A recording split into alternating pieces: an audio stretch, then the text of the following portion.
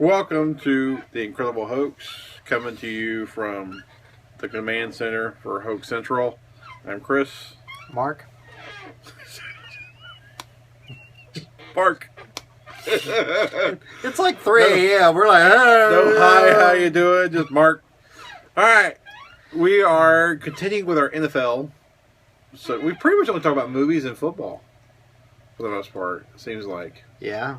We have other things we talk about, but we never like show on camera. Yeah, I've got other topics we can talk about, but Which I always try to avoid politics because, anyway, it just it's not what we do. So yeah, even personally, we don't. I try and avoid it. Anyway, yeah, relax, everybody. So you have an NFL topic that is near and dear to you. So share with us, testify.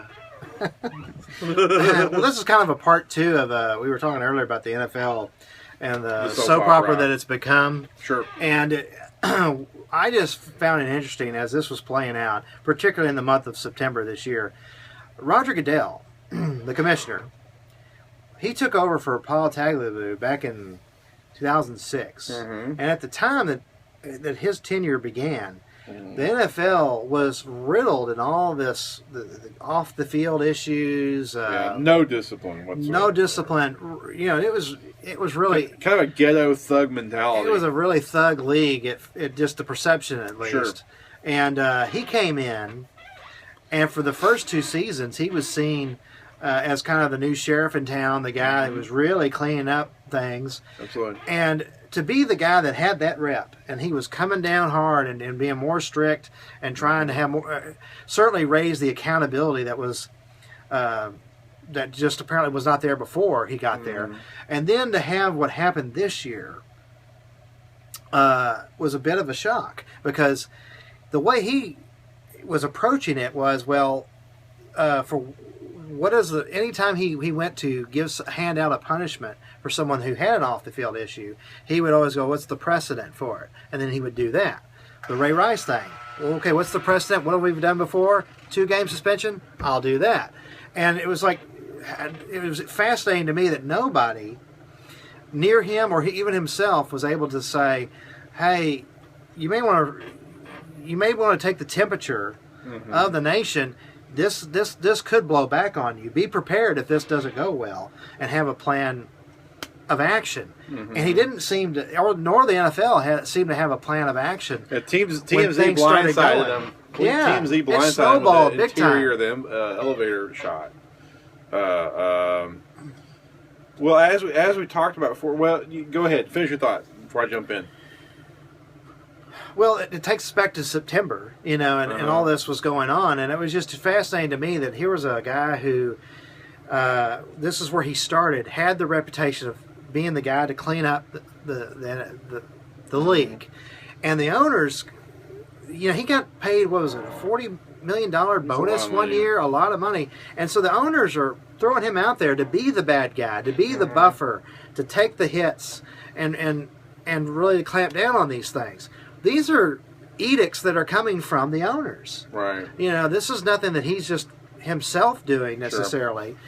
So I just thought it was interesting that, here he was really taking a shellacking, got thrown under the bus. But, someone on the radio was making the point of that's what he gets paid.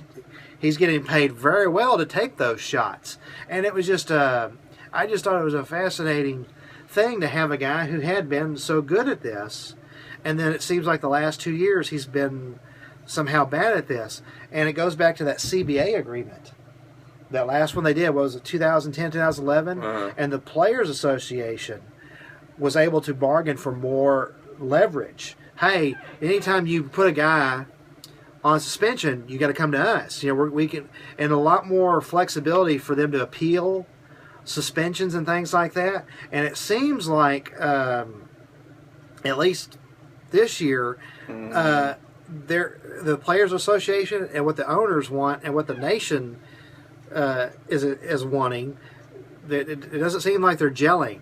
So I'll be interested to see what happens this offseason, if there has to be a committee that comes together that is, it takes it out of Goodell's hands. Your thoughts? Well, Goodell in general, you raise a lot of like points. I don't know how. I don't know if I'm really going to rebut or I don't think you would put anything out there for rebuttal. Really, you just sort of make some observations. I'll give you my observations on Goodell. I think going back to Goodell and the Ray Rice / Adrian Peterson / discipline issue that come up in this 2014 season, he strikes me as an engineer mentality. In other words, in my life, there seems to be several personality types, but predominantly you'll have the people I know on a most consistent basis is technical, engineer types, and artistic, touchy-feely, emotional types. I feel that I can bridge both worlds. But in my heart of hearts, deep down, I'm a touchy-feely, emotional type. I get angry easily if I don't control it. I get depressed easily if I don't control it. Okay. Sad easy, happy easy. I'm emotional. I don't look at things analytically at first. I've trained myself to, on second thought, look at it analytically. I first look at it emotionally. So, I think Goodell is more engineer type. He looks at everything as black and white, numbers, dollars and cents, so on and so forth. So, the fact that he totally missed the temperature of the NFL fan base or people in general, to me, is not shocking. Because in his mind, yeah, I've been brought in to be the sheriff, so that's what I did. And so I gave this guy 2 weeks, 4 weeks, 8 weeks, this, that, and the other, and clamped down on people. Ta-da. So he didn't see, I think, punishing Ray Rice as punishing a player who beat his wife on camera. He saw it as, okay, this is, he did something, so there's 2 weeks. He didn't see it emotionally. You know what I mean? Yeah. He didn't see it as a social statement. He didn't see it as a referendum or any some sort of socially significant event. I think that totally escaped him. I don't think he ever saw it that way. I think if he tells you he didn't see it that way, I would believe him. All right? That I think he really truly believes that he did the right thing, because he does not strike me. Just listen to him talk. Is that an emotional person talking? Oh no! No, he's a robot. He's very calm. He's a robot. South Park made fun of him. It was awesome. He was literally a robot in the episode, and that's how he comes off. He's very monotone, and he comes off disingenuous because he's so monotone. And I think he probably isn't those things if you get to know him. I'm sure he has his wife and kids and everybody's happy and loves him and he's a good father. But I think he just comes off as a robot, an analytical robot. So I don't think it's shocking at all that he missed all that, completely whiffed on it. And now he's probably going to overcompensate, because just like an engineer, okay, well, the structural integrity wasn't good enough. Let me throw that much more freaking brick and mortar at this to make it more sturdy. So he's going to overcompensate now. Yeah. And probably on Adrian Peterson, with the verdict that came down today as of this taping that he's suspended the remainder of the year, that might be overcompensation. Maybe. I don't know. I can't judge. I don't know enough about it. So maybe. So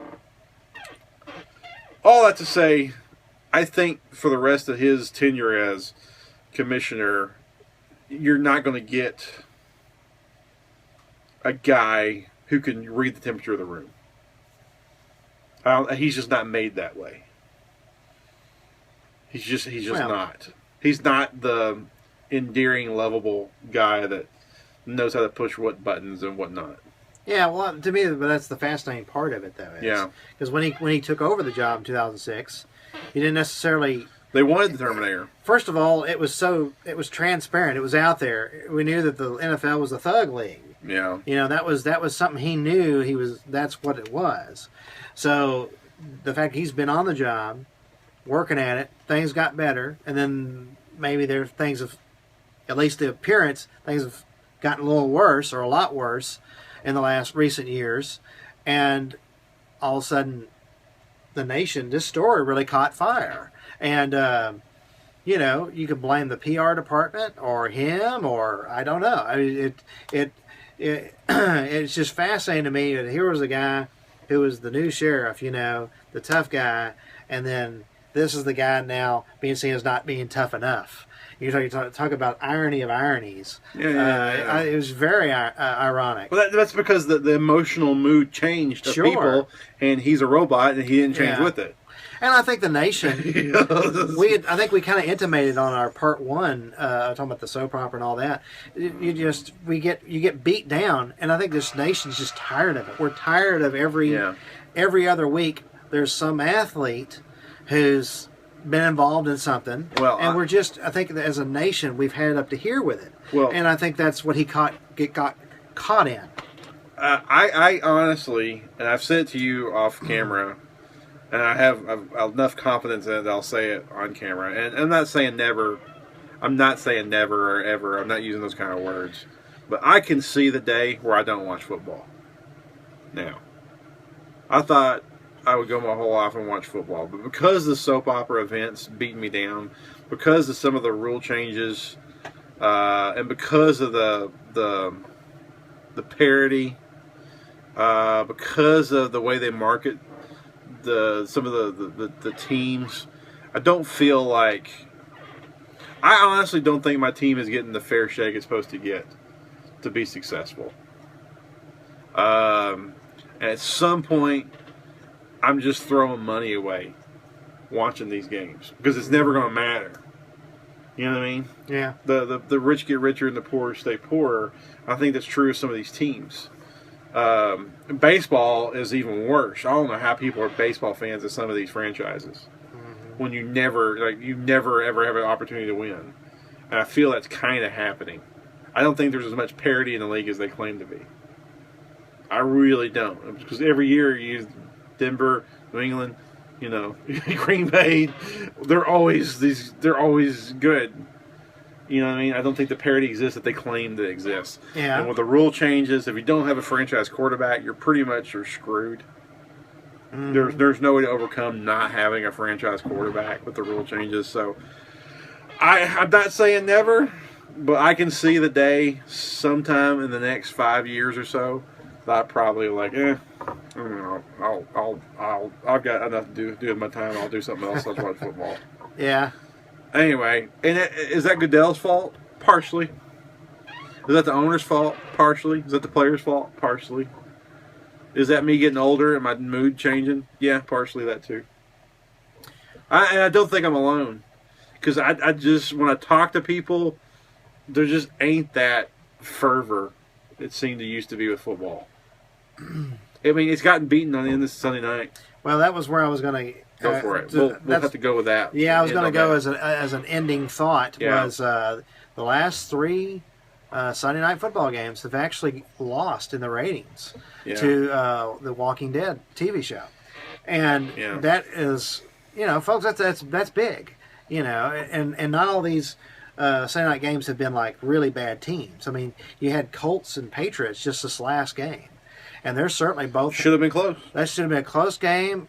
And the ratings should have been big because those are two big winning teams and have been had winning franchises the last 14, 15 years. Yeah.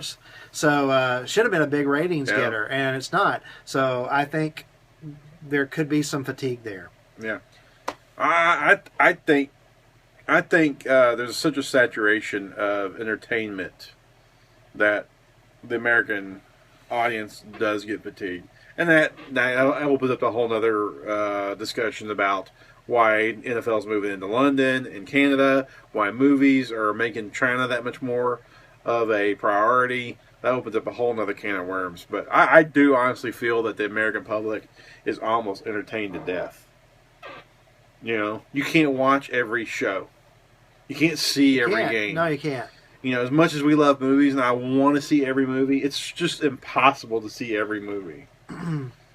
Well, so there are literally shows that okay, are you on Netflix? No. Oh, well, you won't get to see these shows because they're Netflix exclusive. Yeah. Are you on Hulu Plus?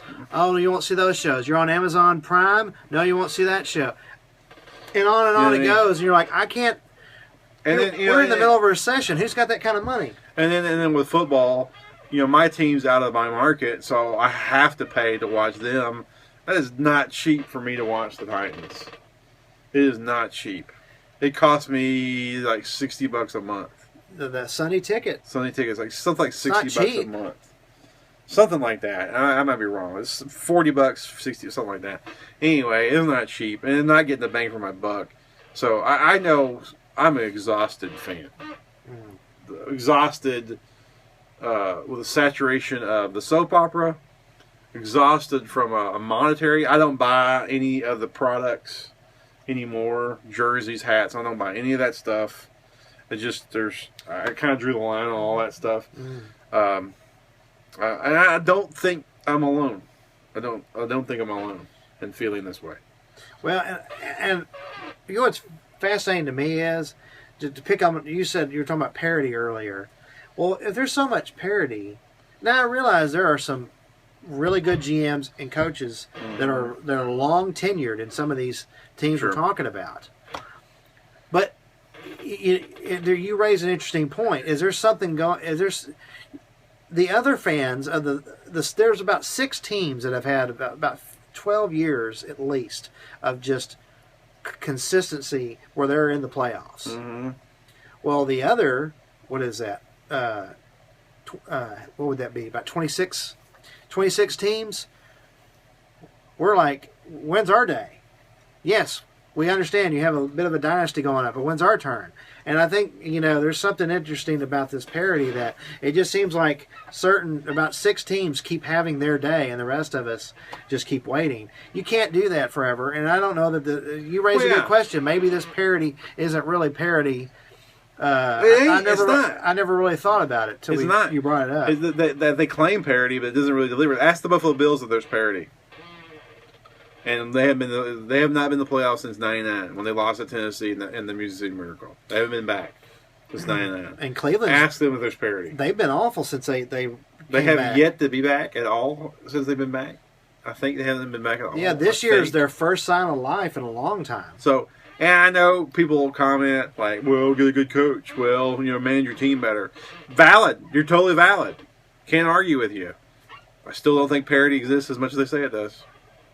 I think it's all about if you have a franchise quarterback, you have a chance. If you don't, you're screwed. And speaking of screwed, we're going to end on that note. We'll end on that note. So, let's end on a more positive note. Okay. I'm a Journey fan. Don't stop believing.